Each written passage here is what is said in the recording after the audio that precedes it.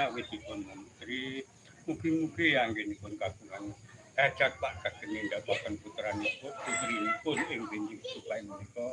kalisa saking sambi kala tinebana saking Buddha menika saiki kabudipun mugi Pak Kadeni sak keluarga memulih menteri ingkang dipun menteri ingkang cikal bakal tempel kali atas mriki awit dipun menteri mugi saged njangkung dinten punipun anggenipun kagungan ajak Pak Kadeni wiwit purna ngantos wekasan ampun manggih halangan tunggal menapa menika dipun janji kabulipun. Mugi Pak Kadeni memulih menteri para leluhuripun sedaya leluhur kakung, leluhur putri ingkang nem ingkang sepuh ingkang telak ingkang keping ingkang karumat ingkang boten karumat kanthi panyuwunan para leluhur para wau dipun paringi pangapunten pisanipun kaliyan Gusti Allah dipun tampi ngamal ibadahipun manani Pak Kadeni sak keluarga anggenipun gadhah adat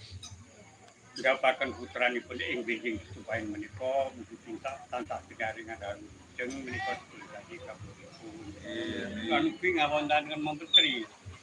ingkang dipun menteri sederekipun Pak Kadeni sekalian ingkang lair sareng sahabat Kakang Kawah hari-hari ingkang manggen kiblat kawan gangsal pancer ugi sederekipun Silinda ingkang lair sareng Kakang Kawah hari-hari ingkang manggen kiblat kawan gangsal pancer awit dipun menteri sembaten ugi anggenipun gadhahi ajat Pak Kadeni lan dawuhipun Silinda wonten setunggal menika tansah pinaringan rayi lajeng kali saking sambikala pun saji dayanipun lan ugi ngawontenaken get semoyo wanci Pak Kadeni mantu lan get semoyo wanci tindak semanten awitipun get semayani mugi-mugi saged ical sesuker ingkang wonten jiwanipun Pak Kadeni sak keluarga lan Linda ampun manggih halangan tunggal punapa dawuhipun Linda ing supaya menika tansah pinaringa wanujeng kali saking sambikala tinebana saking Buddha kinekana ing Agya Mulya menika dipun saji kabudipun.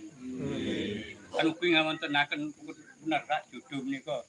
njumukaken rohipun calon temanten daler lan putri awit dipun mugi temanten ing benjing saged guyub-guyubipun ayem tentrem ngantos dados keluarga ingkang sakinah mawaddah warahmah menika dipun sadaya kemawon.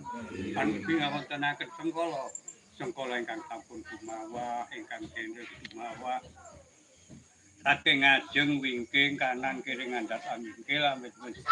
sengkalani mugi-mugi sedaya kemawon ingkang makarya lan ingkang dipun pakaryani wonten dalemipun Pak Kadeni menika sedaya pinaringan rayu wilujeng kali saking sambikala menika dipun saji kabudipun. Bismillahirrahmanirrahim. Allahumma shalli ala sayyidina Muhammad wa ala ali sayyidina Muhammad sayyidil awwalin wal akhirin wa sallim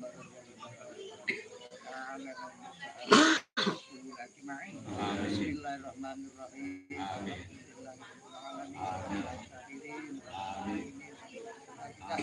Ya Rabbana